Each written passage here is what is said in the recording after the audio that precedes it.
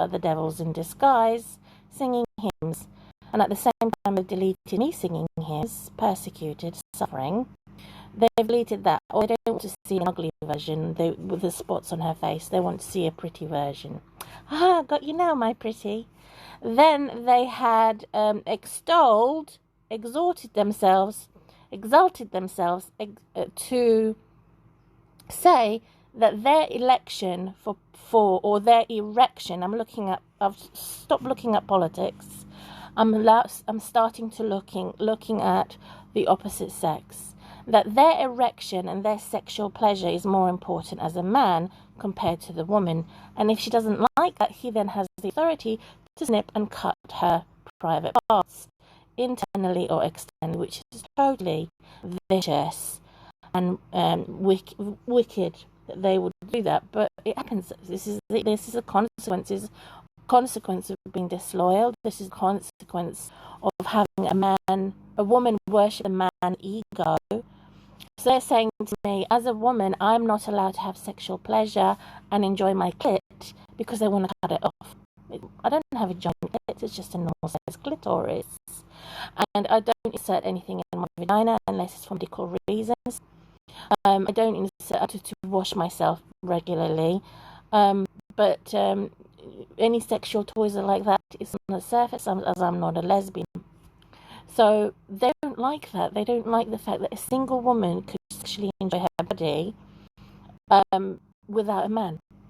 So I've come out of my court with God to say that God is on my side, not their side. As a single woman, as a universal order for what the law of love is,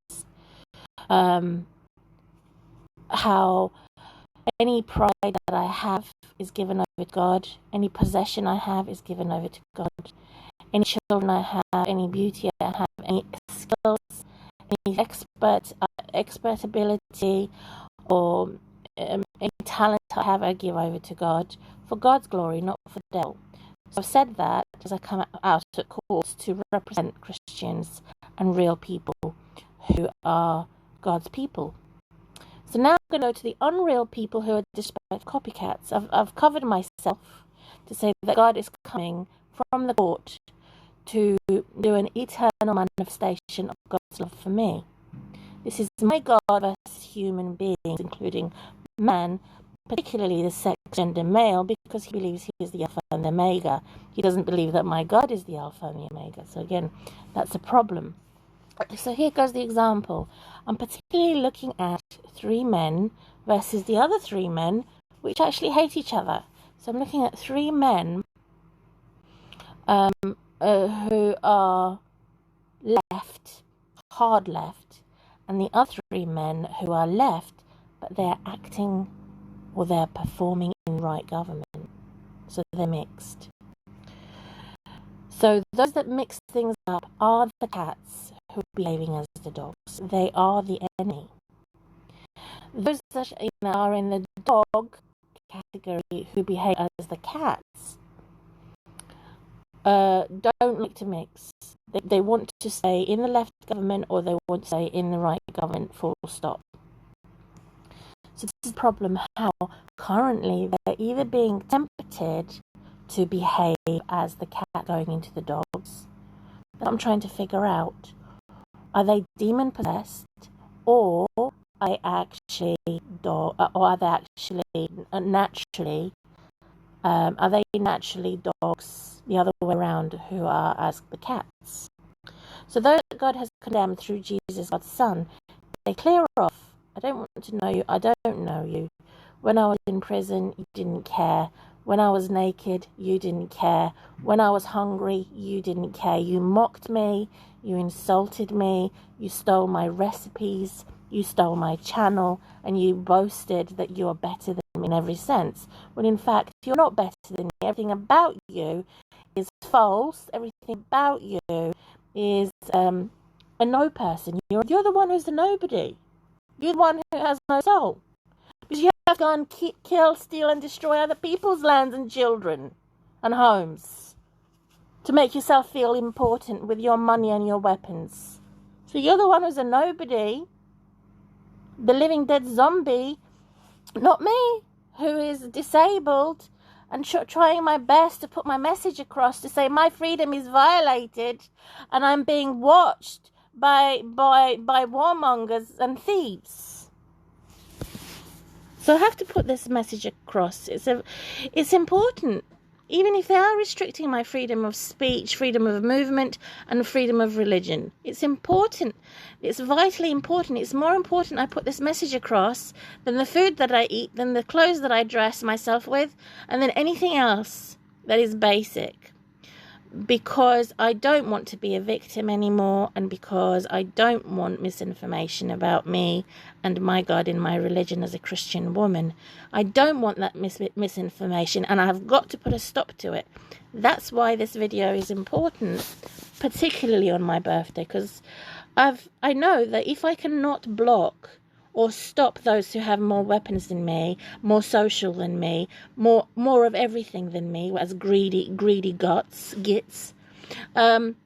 Even though I cannot put a stop to them, I can expose them, and I can say, you're not my friend, stop pretending to be my friend, and if you are demon possessed, why should I expel your demons? Because are you that special for me to expel your demons? Why should I do it? So there's nothing more annoying when you see boys and girls and adults, particularly adults who are supposed to set an example, a moral example, mix everything up, confuse people. So this is the point of clarifying that confusion. So looking at the three men, for example, that are hard leftists versus they know I rejected them and they're not trying to talk to me anymore. They're trying to attack me. Compared to the other mark of the beast, 666, they're more subtle. They're a subtle bully. So the blatant bullies sort of given up the mask. I've unmasked it, the three men in the far left. The one that is a subtle bully, that is not removing its mask yet, thinks that I don't know or assumes I don't know what they're doing. So I'm going to expose them. Here it goes. An example of a copycat and a demon possessed. Number one, out of those three men on the internet, the key word is focus on number one, my voice, my body language. Number two, me being an individual. Number three, me doing God's will. What that means. It's digging a little deeper. Number three, because it wants to steal from me as a copycat, to say it doesn't belong to me, it belongs to another woman that he picks and cherry picks. So this type of man gets on my skin. If I had the tools to torture anybody, it would be this one here. Because of him, I had torture, and he is symbolic. He's actually not symbolic to the personality of my ex-husband. He is symbolic to the body of my ex-husband. So he's similar to look like. Maybe his blood is very similar, but his personality is not similar. So this is the first one, which gets on my nerves. It annoys me. As an example of a copycat. So he can say, oh, so you have that good trait of you now, have you? So we're going to take that good trait from you and steal your soul and even your body example and say somebody else over here, another one I cherry picked, does better than you. Rubbish. How can you say that somebody is better than me physically or spiritually when you have stolen it from me in the first place? It's not the original source, you idiot. And yet they get away with it because they have more money and more weapons. So it's an invisible enemy which actually activates a genocide by stealing people's information and then taking it from them. Is the same as stealing somebody's soul and disqualifying somebody else, make somebody else lose their jobs, make somebody else lose their minds, make somebody else lose and be totally discredited for somebody else's advantage and credit. This is what this spiritual assault is doing. That's why I want to torture it. In the book of Revelation, it says that God's people have been tortured, and there will be a time when the devilish people will be tortured where they belong. So how are they doing a copycat? How are they calling themselves Christs? How are they calling themselves saints when they're not? It is Satan. And the answer is the following qualities, which are positive qualities, I'm going to reveal. So they're looking at my positive qualities and how they can steal it. They're looking at what I receive from other people that is loving and full of justice, so they can steal it and be the talk of the town, be the center of attention, to say that they have more love, more justice, and more social. Number 5, they want to celebrate by saying, we're having a jubilee here, as in and we're going to, as the example of the royal party that was performed, we're going to have a jubilee for all ages. Again, that's stolen from the saints, jubilee. Number 6, godly life for one of God's chosen people. So they're calling themselves chosen. I can't believe it. They think they're so special. They're so vain. Everything they think is about them. And yet they haven't had their bones broken. They haven't had their children stolen. They haven't been beaten up black and blue. They haven't been tortured, tormented, tempted. None of that. They're not in the desert. They're in the city somewhere having a high life and high-flying career. How on earth can they call themselves the chosen ones when they haven't taken the footsteps of Jesus and John the Baptist? Idiots, again. Number 7, they are not good leaders because they are not blameless and they're not cautious, or they're too cautious.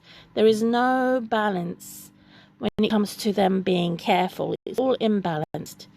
It's either extremely cautious or extremely not cautious. So they're full of blame and shame that they put on innocent individual, unsuspected individual, which is totally out of order. Bad leaders that should lose their jobs and not have a position of employment.